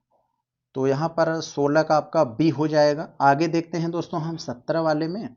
तो यहाँ आपसे कह रहे हैं कि कौन 73वें संविधान संशोधन अधिनियम के तहत अनिवार्य प्रावधान नहीं है। तो अनिवार्य यानी पंचायत की बात कर रहे हैं, कौन सा अनिवार्य नहीं है। त्रिस्तरीय पंचायती राज व्यवस्था है, बिल्कुल है। पंचायतों को नियमित चुनाव करवाना है हर 5 साल पर, बिल्कुल है। राज्य चुनाव आयोग चुनाव करवाएगा, बिल्कुल करवाएगा। तो इसका मतलब शुरुआत के 3 सही है, गड़बड़ यही होगा। क्यों होगा ये जानिए। पंचायतों में महिलाओं को जो आरक्षण दिया गया है वो 33% दिया गया है। इसी दोस्तों और किस अनुच्छेद में दिया गया है, अनुच्छेद 243, अनुच्छेद 243 डी में दिया गया है। और इसी में एससी एसटी को भी जनसंख्या के अनुपात में आरक्षण दिया गया है, महिलाओं को और एससी एसटी को इसी के तहत दिया गया है। तो महिलाओं को 33% दिया गया है, एससी एसटी को जनसंख्या के अनुपात में है। ऑप्शन डी आपका आंसर होगा। आगे 118 को अगर हम लोग यहाँ पर देखें ध्यान से, तो क्या कह रहे हैं, ध्यान देंगे। कह रहे हैं भारत के विधि आयोग के बारे में कौन सा कथन सही है बताना है। जरा देखें स्टेटमेंट को। यह अनुच्छेद 301 के तहत एक संवैधानिक निकाय है। विधि आयोग के बारे में यहाँ बात की जा रही है दोस्तों। तो विधि आयोग अनुच्छेद 301 तहत तो दोस्तों वो जो संपत्ति का अधिकार वाला मामला था जिसे कानूनी अधिकार बनाया गया था वो है। ये विधि आयोग का कहाँ से आ गया, तो ये गलत हो जाएगा। तो एक जहाँ जहाँ है आप काट सकते हैं आराम से। तो दूसरे वाले का अगर देख लें, इसकी सिफारिशें सरकार पर बाध्यकारी हैं। तो क्या बाध्यकारी हैं, जहां पर भी बाध्यकारी आए, मैंने कितनी बार बताया चुका सलाहकारी हैं, बाध्यकारी नहीं है, ये भी गड़बड़। तीसरे वाले में कह रहे हैं इसे समय समय पर केंद्रीय कानून मंत्रालय द्वारा पुनर्गठित किया जाता है, बिल्कुल यही सही है। आपके पास ऑप्शन ही यही बचता है, सी वाला। आगे देख लिया जाए अगर 19 वाले में, फिर परिसीमन आयोग से संबंधित आ गया। परिसीमन का मतलब होता है कि जनगणना के बाद ये सीटों का फिर से निर्धारण करना। तो यही है, परिसीमन आयोग भारत के राष्ट्रपति द्वारा नियुक्त किया जाता है। इसके सहयोग कार्य हैं, चुनाव आयोग इसका सहयोग है। तो यहाँ पर भारत का चुनाव आयोग, क्योंकि सीटों का निर्धारण करना होता है, चुनाव आयोग का सहारा लेना पड़ेगा। आगे दोस्तों 120 में कह रहे हैं कि आपातकाल के दौरान अनुच्छेद 19 के तहत मौलिक अधिकार ऑटोमेटिक सस्पेंड यानी निलंबित हो सकते हैं। तो किस आपातकाल के तहत, तो दोस्तों जब राष्ट्रीय आपातकाल लगता है अनुच्छेद 352 के तहत कि युद्ध बाहरी आक्रमण के आधार पर दोस्तों जो लगता है, तो सशस्त्र विद्रोह ये सब के आधार पर लगता है ना अनुच्छेद 352 के तहत, तो उसके हिसाब से। आगे देखते हैं ये 121 में हमसे क्या कर रहे हैं, अनुच्छेद 200 और 201 के बारे में आप समझ गए होंगे। अनुच्छेद 200 देखते ही समझ गए होंगे कि जैसे राज्यपाल क्या होते हैं, राज्य कोई कानून पारित करता है, राज्यपाल उस पर अपनी सहमति दे सकते हैं, नहीं देंगे कि राष्ट्रपति के लिए रखेंगे, अनुच्छेद 200। और जब राष्ट्रपति उस पर क्या फैसला लेंगे, मतलब राज्यपाल उस पर क्या फैसला, राष्ट्रपति फिर से क्या लेंगे जो सुरक्षित रखा गया था, तो 201 से संबंधित है। तो कह रहे हैं बताना है सही क्या है। अनुच्छेद 200 राज्य विधानमंडल के विधेयकों पर राज्यपाल की सहमति से संबंधित है, बिल्कुल यही मैंने बताया। और 201 राष्ट्रपति को राज्यपाल द्वारा आरक्षित विधेयक पर सहमति रोकने की अनुमति देता है। तो यस, दोनों के दोनों स्टेटमेंट आपके यहाँ पर सही हो जाते हैं। तो आपका सही यही होगा, यही आपको मैंने बताया। तो 122 में आपसे कह रहे हैं कि अनुच्छेद 124 के साथ अनुच्छेद 127 के तहत उच्च न्यायालय के न्यायाधीश को हटाने के लिए कौन सा आधार है। तो अगर आपको अनुच्छेद 124 में जो दिया गया है जैसे सुप्रीम कोर्ट, और 217 में दिया है हाई कोर्ट, इनको अगर हटाना होता है तो कौन से आधार हैं, तो आधार यही होता है अगर उनको प्रूफ हो जाए, इनका व्यवहार अगर प्रूफ हो जाता है, सिद्ध दुर्व्यवहार। यस, ये तो शुद्ध दुर्व्यवहार होता है, तो यस जरूर होता है, उनका ये दुर्व्यवहार उन्होंने किया वो प्रूफ हो जाए, ये हो जाएगा। और अक्षमता यानी वो सक्षम नहीं है कार्य करने में, यहाँ दोनों एक ही दे दिया है, तो उनकी अक्षमता के आधार पर उनको हटाया जा सकता है। और राजनीतिक पूर्वाग्रह पर थोड़ी ना हटाया जाएगा। कोई राजनीतिक पूर्वाग्रह कह दिया ये है, ये मोदी से मिले हुए हैं, उनसे मिले हुए हैं, तो इसके तहत नहीं हटाया जाता है। तो चौथा नहीं होगा। चौथा नहीं होगा तो आपका क्या हो जाएगा, 1 2 हो जाएगा। यहाँ थोड़ा सा प्रश्न में गड़बड़ी है, दोनों यही दे दिया तो हम केवल 1 2 मान लेते हैं। आगे देख लें दोस्तों 123 में, इसमें क्या करें, थोड़ा ध्यान देंगे। अनुच्छेद 32 कह रहे हैं जो संवैधानिक उपचारों का अधिकार से संबंधित है, बताना है सही क्या है। तो कह रहे हैं केवल राज्य की कार्रवाई के विरुद्ध उपलब्ध है, निजी कार्रवाई के विरुद्ध नहीं। तो यस, निजी कार्रवाई के लिए भाई थाना पुलिस है ना, आपके ऊपर राज्य, आपके घर बुलडोजर चल रहा है तो आप जाओ, चले जाओ सुप्रीम कोर्ट में कि ये गलत हो रहा है। आपको कोई मार के सर फोड़ दिया तो नहीं जाओगे, इसके लिए तो आप जाओगे थाना पुलिस करोगे, तो ये सही है। दूसरा हम कह रहे हैं यह उच्च न्यायालयों को रिट जारी करने का अधिकार देता है।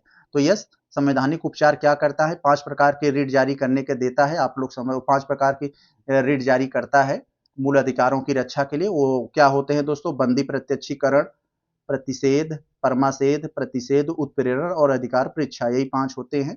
तो ये है ऑप्शन, ये दूसरा भी सही हो जाएगा। अंबेडकर साहब ने इसे आत्मा बोला था, संविधान की आत्मा बोला था, तो ये भी सही है। तो 123 का आपका ए, ये सॉरी, यहाँ पर कुछ तो हमने, उच्च न्यायालयों को रिट जारी करने का अधिकार देता है, सॉरी यहाँ पर हमने गलत कर दिया, यहाँ मैंने सुप्रीम कोर्ट लगता है समझ लिया। तो उच्च न्यायालय को जो रिट जारी करने का अधिकार होता है दोस्तों अनुच्छेद 226 के तहत होता है, और जो सुप्रीम कोर्ट रिट जारी करती है वो अनुच्छेद 32 के तहत होता है। ये दूसरा हमारा गलत हो जाएगा, तो दूसरा गलत हो जाएगा, तो ये आपका ऑप्शन क्या होगा, 1 और 3 केवल सही होगा। ऑप्शन नंबर ए हो जाएगा 123 का ए। बहुत अच्छा, थोड़ा सा मिस्टेक हो गया समझने में। आगे चलते हैं देखने में, ये 124 क्या है कि कौन सा कथन भारतीय संदर्भ में कानून की उचित प्रक्रिया शब्द का सबसे अच्छा वर्णन करता है, यानी सब कानून की उचित प्रक्रिया शब्द को सबसे अच्छा वर्णन कहाँ करता है। तो यही है दोस्तों, कानून की उचित प्रक्रिया का मतलब अदालतों को निष्पक्ष न्याय और तर्कसंगता के आधार पर मौलिक अधिकारों का उल्लंघन करने वाली किसी भी कानून को रद्द करने की अनुमति देता है। ऑप्शन नंबर ए यही आपका आंसर है। आगे चलें दोस्तों, हम देखते हैं ये 125 वाले में जो आपसे कहा जा रहा है, ध्यान देंगे यहाँ पर अनुच्छेद 368 के तहत जो भारी भरकम संशोधन किया जाता है संविधान में, वो इसी के तहत होता है। तो संविधान संशोधन प्रक्रिया के बारे में कौन सा सही है, सही उत्तर देना है। दें उत्तर, हम पहला स्टेटमेंट पढ़ें। संसद राज्य परामर्श के बिना संशोधन प्रक्रिया शुरू कर सकती है। संविधान में संशोधन करना होता है, अगर वो संघीय मामलों से संबंधित नहीं है तो वो राज्य से परामर्श क्यों लेगी, वो करेगी अपना। तो पहला सही है 25 वाला, तो ये आपका यहाँ पहला तो सही हो जाएगा। असहमति के मामले में दोनों सदन की संयुक्त बैठक का प्रावधान है। आप लोग जानते हैं अनुच्छेद 108 में संयुक्त बैठक का प्रावधान है, लेकिन संविधान संशोधन के मामले में संयुक्त बैठक नहीं होती है। संयुक्त बैठक आम मतलब संशोधन में होता है, और उसमें दोस्तों लोकसभा अध्यक्ष जो होते हैं उसकी बैठक करते हैं। तो ये गलत हो जाएगा क्योंकि ये बैठक नहीं होती है संविधान संशोधन के मामले में। तो राष्ट्रपति संविधान संशोधन विधेयक पर सहमति नहीं दे सकते, तो सहमति दे सकते हैं भाई, सहमति क्यों नहीं देंगे, तो उनको सहमति देना बाध्यकारी बनाया गया है। तो 1 और 3 आपका सही हो जाएगा यहाँ पर, तो 1 और 3 आपका यहाँ सही हो जाएगा, तो ऑप्शन नंबर सी हो जाएगा आपका। आगे देख लें दोस्तों हम लोग अगर, तो यहाँ नहीं लिख दिया है दोस्तों, यहाँ इनको नहीं होना चाहिए था। तो राष्ट्रपति संविधान संशोधन विधेयक पर सहमति दे सकते हैं, उनको बाध्यकारी बनाया गया, तो इसलिए 1 और 3 सही होगा। आगे अगर देखा जाए 26 वाले में, तो थोड़ा ध्यान देंगे। कह रहे हैं संसदीय विशेषाधिकारों और मौलिक अधिकारों के बीच अंतर को सही ढंग से वर्णित कौन करता है। संसदीय विशेषाधिकार जो संसद में मिला हुआ है, मौलिक अधिकार जो हमें संविधान के माध्यम से मिला हुआ है। तो पहला हम कह रहे हैं मौलिक अधिकार न्यायालय में लागू करने योग्य है, संसदीय विशेषाधिकार नहीं। तो संसदीय विशेषाधिकार को हम दोस्तों केवल मौलिक अधिकार को न्यायालय में लागू करने योग्य है, ये वाला बात तो यहाँ पर बिल्कुल सही है, पहला वाला तो सही है, क्योंकि ये यहाँ पर मौलिक अधिकार लागू करने योग्य संसदीय विशेषाधिकार नहीं होते, एक बार मैंने पहले भी बता चुका हूँ। विशेषाधिकार कुछ स्थितियों में मौलिक अधिकारों को ओवरसाइड कर सकते हैं, बिल्कुल कर सकते हैं। जैसे राष्ट्रपति आ रहे हैं तो रोड को ब्लॉक कर दिया जाएगा, आप कहें कि भाई हमें कहीं आने जाने की अनुमति, आप नहीं रोक सकते, तो वहां आपको वहां पर रोका जा सकता है, तो ये बात भी सही है। तीसरे वाले में कह रहे हैं विशेषाधिकार संविधान में संहिताबद्ध हैं, तो नहीं मेरे भाई, कहीं भी संविधान में ये नहीं कहा गया है कि ये विशेषाधिकार फलाना का फलाना होगा। इसे आम प्रक्रिया को चलाने के लिए बना दिया गया है, तो ये गलत है। चौथे में कह रहे हैं तीसरा गलत है, तो इसका मतलब ये आपको काट सकते हैं। चौथे में करें विशेषाधिकार केवल मंत्रियों पर लागू होते हैं, सांसदों पर नहीं। मेरे भाई सबके लिए, दोनों के लिए है संसद में विशेषाधिकार, मंत्री और सांसद दोनों पर। क्योंकि दोस्तों सांसदों को भी संसद के अंदर बहुत सी कार्रवाई पर छूट होती है उनको भी, तो ये भी दोस्तों यहाँ पर गलत हो जाएगा। तो 1 2 आपका सही हुआ, 3 4 गलत। आगे देखा जाए अगर 27 वाले में, तो दोस्तों अब थोड़ा सा यूपी स्पेशल से संबंधित अभी आपको सवाल मिलेंगे, थोड़ा धैर्य बनाए रखेंगे। संरक्षित वनों के बफर जोन के पर्यटन को बढ़ावा देने के लिए उत्तर प्रदेश द्वारा शुरू की गई इको टूरिज्म का क्या नाम है? तो दोस्तों 2023 में उत्तर प्रदेश सरकार ने बफर में सफर योजना की थी, जो खास करके जो मतलब ये संरक्षित वनों पर या फिर जो मतलब कह सकते हैं जो बाघ अभ्यारण्य क्षेत्र वगैरह हैं, तो वहां पर दोस्तों ये ट्रेन एक तरह की होगी जिसमें आप बैठकर वहां पर लुत्फ उठा सकते हैं अभ्यारण्य वगैरह की। तो यही है, ऑप्शन सी हो जाएगा आपका। 128 में दोस्तों आपको कह रहे हैं कि संस्थान का मुख्यालय उत्तर प्रदेश के लखनऊ में स्थित है, तो किसका किसका हेडक्वार्टर लखनऊ में है? तो केंद्रीय औषधि सुगंधित पौधा संस्थान बिल्कुल इसका भी है। राष्ट्रीय प्रयोगशाला पशु केंद्र इसका भी है लखनऊ में। राष्ट्रीय फैशन प्रौद्योगिकी संस्थान निफ्ट जिसे कहा जाता है, इसकी दिल्ली में है। तो दोस्तों यहाँ ये नहीं है, तीसरा वाला जहाँ है आप काट देंगे, तो ये आपका नहीं होगा। भारतीय गन्ना अनुसंधान संस्थान लखनऊ में है। तो 1 2 4 ऑप्शन सी आपका होगा। यहाँ देखें जो 29 में कह रहे हैं उत्तर प्रदेश का जो बजट है दोस्तों, ये 2025-26 में पिछले वित्तीय वर्ष बजट तुलना में कितना प्रतिशत वृद्धि देखी गई थी? लगभग 10%। लगभग 10% के कौन आए? खूब चर्चा में आया था पिछले साल तुलना में इस साल 10% ज्यादा किया गया। तो ऑप्शन नंबर यहाँ पर आपका सी हो जाएगा, जिसमें दोस्तों उस समय चर्चा में खूब था कि कितना है दोस्तों, तो वो बजट 8,08,736 करोड़ था। तो यस, जिसे खूब उस समय चर्चा में था 8,8,736, तो इतना था बजट। आगे देखें दोस्तों हम लोग, 29 हो गया हमारा, अब हम देखते हैं ये 30 वाले को। तो 30 वाले में देखें दोस्तों, ये यूपी स्पेशल संबंधित गजब का सवाल है।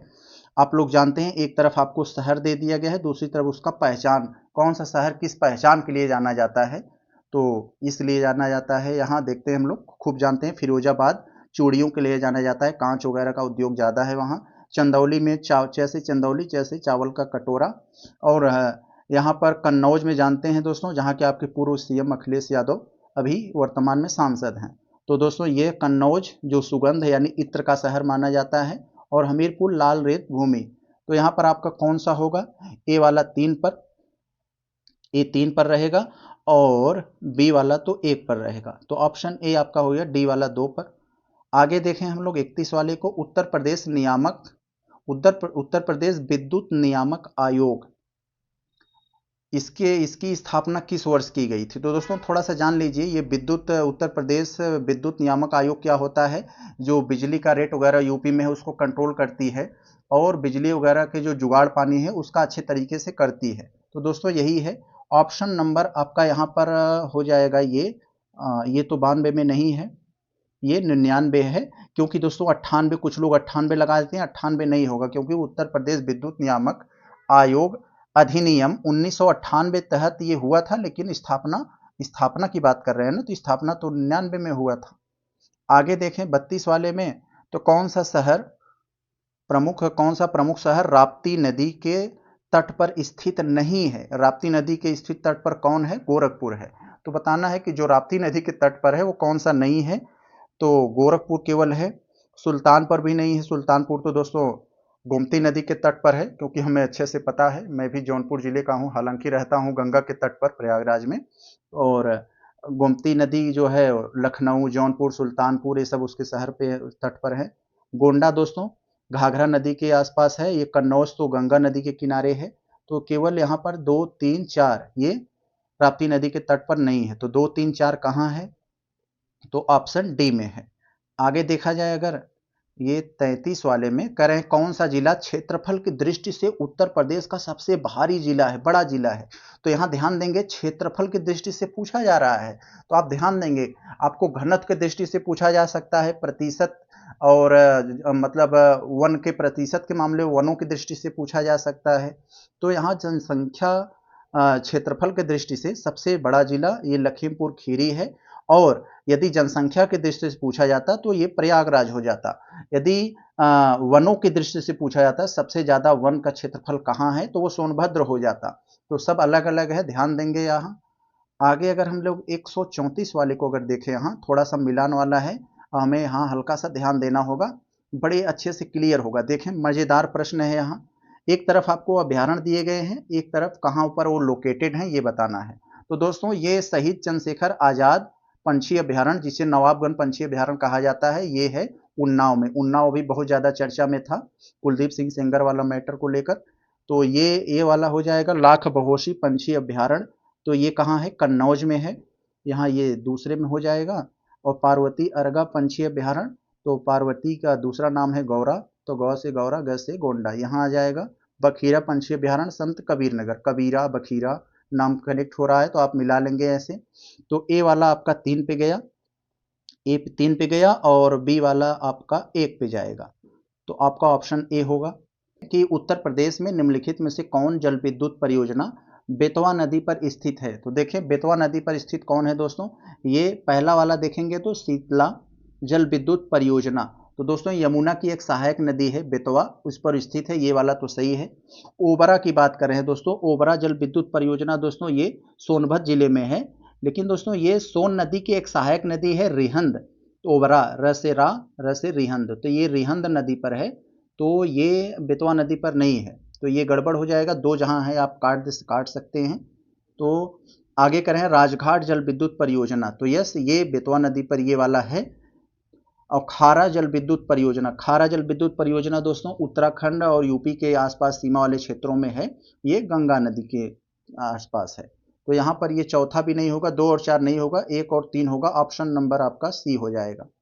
आगे देखें अगर 36 वाले को हम, तो देखें कह रहे हैं कि उत्तर प्रदेश के निम्नलिखित जिलों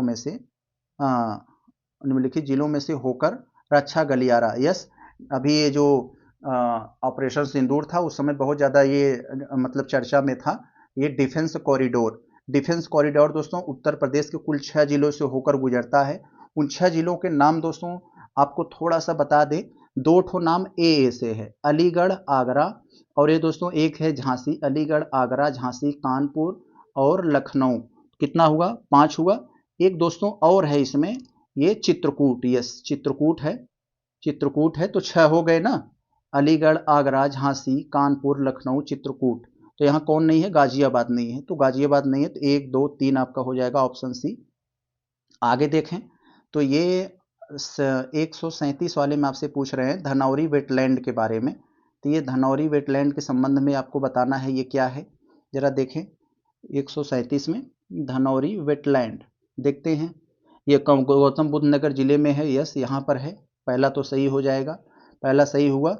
तो इसका मतलब जहाँ पहला नहीं है उसे हम काट दें। दूसरे में कह रहे हैं हाल ही में पर्यावरण मंत्रालय द्वारा रामसर साइट घोषित किया गया, नहीं मेरे भाई घोषित करने की बात चल रही है लेकिन घोषित नहीं किया गया है, तो दो जिसमें है उसे आप काट देंगे तो ऑटोमेटिक आपका उत्तर निकल आएगा, आपको पढ़ने की जरूरत नहीं है, इसका मतलब ये सही है, आप पढ़ लीजिए एक बार। आगे चले हम दोस्तों 2025 के में आप लोग जानते हैं म्यांमार में जो भूकंप आया था, तो उसके संबंध में भारत सरकार ने जो एक उनको हेल्प किया था, आपदा राहत अभियान का नाम ब्रह्मा नाम से ये अभियान राहत चलाया था भारत में। आगे यहाँ पर दोस्तों जो 39 में कह रहे हैं किस भारतीय शहर ने 42 वर्षों के बाद 2025 में अंतर्राष्ट्रीय वायु परिवहन संघ की वार्षिक आम बैठक की मेजबानी की है। तो मुंबई बेंगलुरु दिल्ली कर्नाटक, इसमें से कौन है दोस्तों, तो ये नई दिल्ली होगा, ऑप्शन नंबर सी हो जाएगा आपका।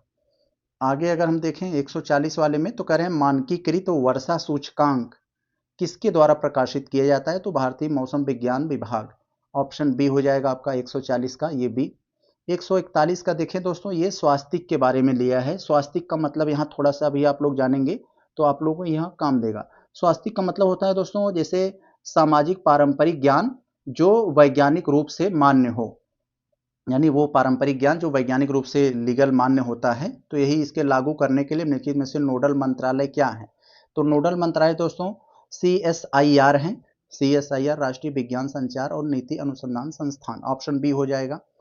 42 को दोस्तों देखें, थोड़ा सा देखने में बड़ा लग रहा है लेकिन दम नहीं है इसमें।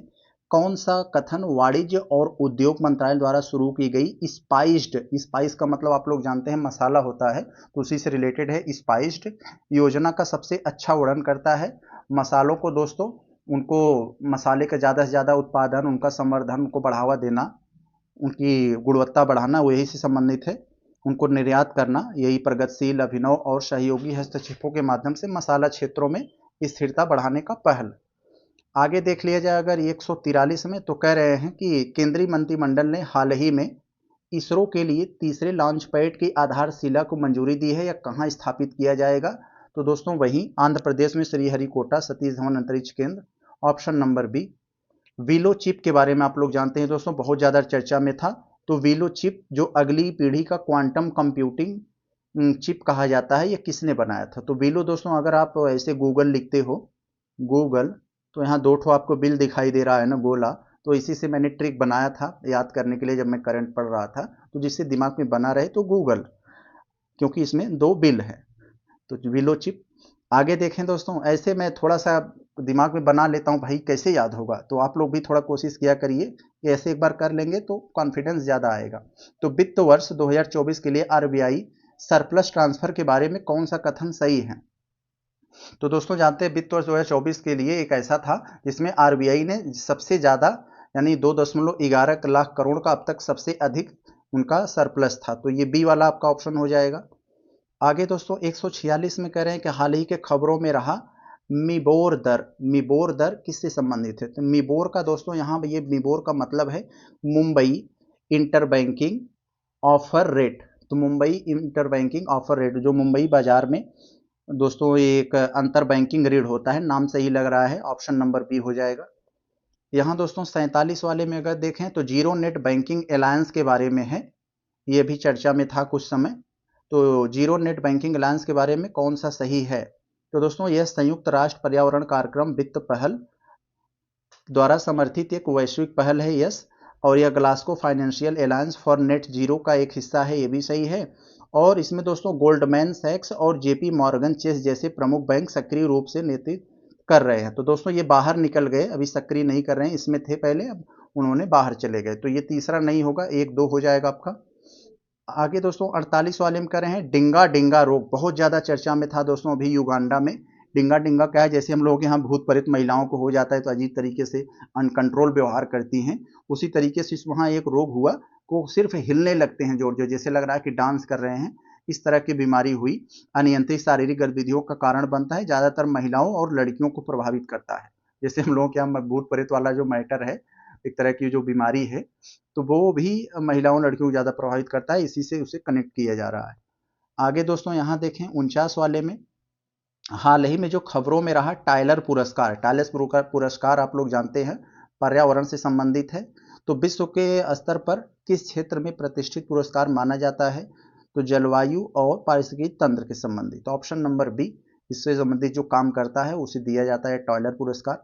नाम याद रख लेंगे ट्रिक, जैसे आप लोग टायर जलाएंगे तो जलवायु को बहुत ज़्यादा नुकसान होगा, तो टायर जलवायु ऐसे समझ लेंगे आप, तो याद रहेगा। अब दोस्तों हम लोग इसका लास्ट प्रश्न देखें, तो कह रहे हैं कौन सा देश दुनिया का पहला वाणिज्यिक थोरियम आधारित पिघला हुआ नमक परमाणु ऊर्जा संयंत्र बना रहा है, जिसका संचालन 2030 तक शुरू करेगा? तो चाइना बना रहा है, ऑप्शन नंबर यहाँ सी हो जाएगा। तो दोस्तों आज हमने बहुत ही बेहतरीन ढंग से आज अपनी ये जो शुद्ध रूप से इंडियन पॉलिटी की ये जो टेस्ट सीरीज थी, तीसरी टेस्ट सीरीज पार्ट बी के रूप में आज इसका हमने समापन किया। आप लोग इसका अगर जितना बेहतरीन से बेहतरीन प्रतिक्रिया देंगे तो आगे हम दोस्तों इसी नेक्स्ट आईएएस की ये चौथे टेस्ट लेकर आएंगे। नमस्कार।